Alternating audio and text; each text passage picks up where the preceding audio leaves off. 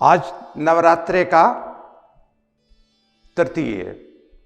तीसरा दिवस है। आप सबको मुबारकबाद हो।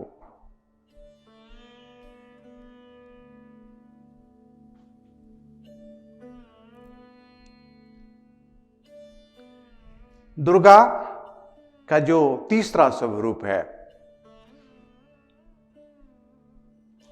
हमारे नाभि स्थान के ऊपर जो मणिपुर चक्र के नाम से जाना जाता है, और ये अग्नि तत्व को रिप्रेजेंट करता है। इसका जो गुण है, रूप है।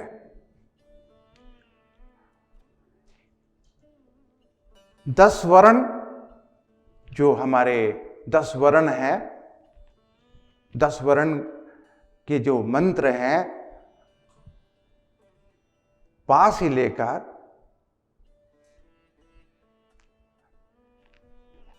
जितने भी 10 वर्ण आते हैं, सारे वर्ण और उस वर्ण के जो देवता हैं, रुद्र हैं, शक्ति रूप हैं, विष्णु रूप हैं और शक्ति रूप हैं।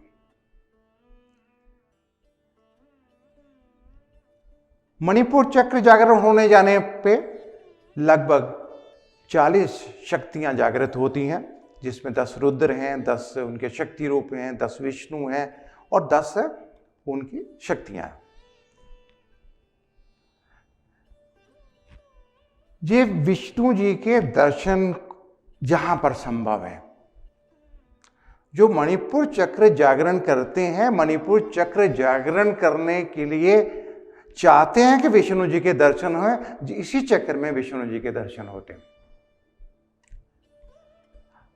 अगर मैं खड़ा हूं तो ये कह सकते हैं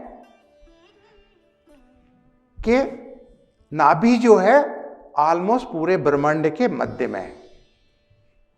जो हम देखते हैं, शरीर को देखते हैं, ये पूरे ब्रह्मांड का बीज है। जैसे बरगद का छोटा सा बीज होता है, तो इतने बड़े ब्रह्मांड का ये बीज है।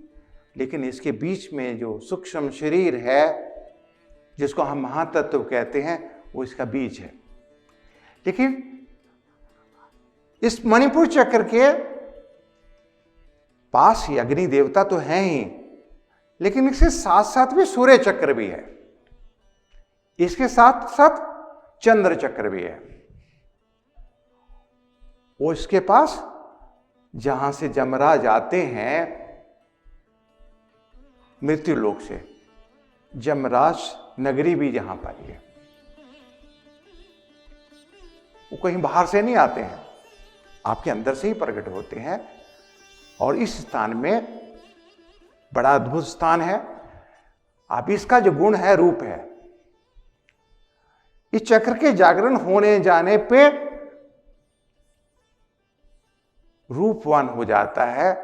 चाहे उसका काला रंग होता है, लेकिन जब उसका मणिपुर चक्र जागरण हो जाता है, इतना खूबसूरत हो जाता है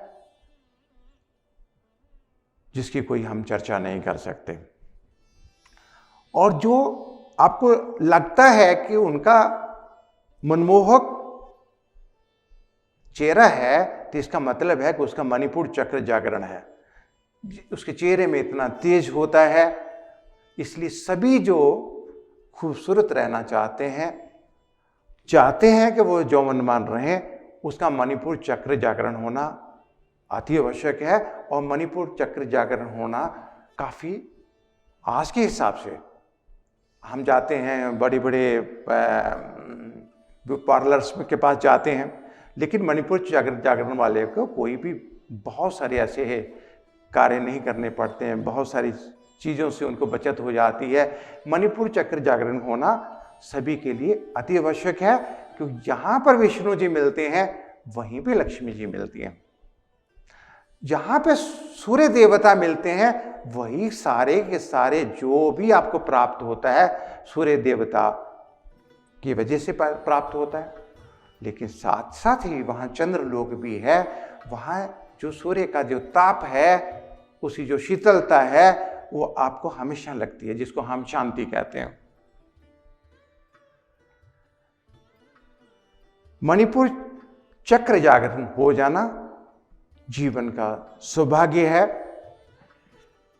कि हम भूलोक से भुआलोक से सवालोक में पहुंच गए। जैसे 3 लोक है, तो ये जो यात्रा है धीरे धीरे करके हम 7 लोकों की जो यात्रा है करते करते एक लोक से दूसरे लोक से लेके तीसरे लोक तक हम पहुंच जाते हैं। लगता है हम मणिपुर नाभि चक्र में पहुंचे हैं, लेकिन आप नाभि चक्र में चुके हैं। ओम भुआ ओम भवा ओम सवा, यानी कि आप सवालोक में पहुंच गए हैं। आगे का जो अध्याय है उससे ज्यादा भी सुखद है, उसकी चर्चा हम आपसे कल करेंगे। अनाहत चक्र के बारे में हम बात करेंगे। अनाहत चक्र बहुत विशेष है, हमारे सबके बीच में बहुत विशेष है कि हम मणिपुर चक्र से लेके हम चौथे चक्र में पहुंच जाएं। उसकी चर्चा हम कल करेंगे। और यही नवरात्रि का रहस्य है जो मैं आपको बताना चाहता हूं। इसी तरह से ही अपनी शक्ति से परमात्मा हमें सबको संचालित करता है और इस पूरे व्यापार को संचालित करता है। तो आने वाला दिन आपके लिए शुभ हो, लेकिन कल हम फिर आपसे मिलेंगे और इसके ऊपर हम चर्चा करेंगे। आप सबको बहुत बहुत आशीर्वाद। आप खुश रहिए, आबाद रहिए।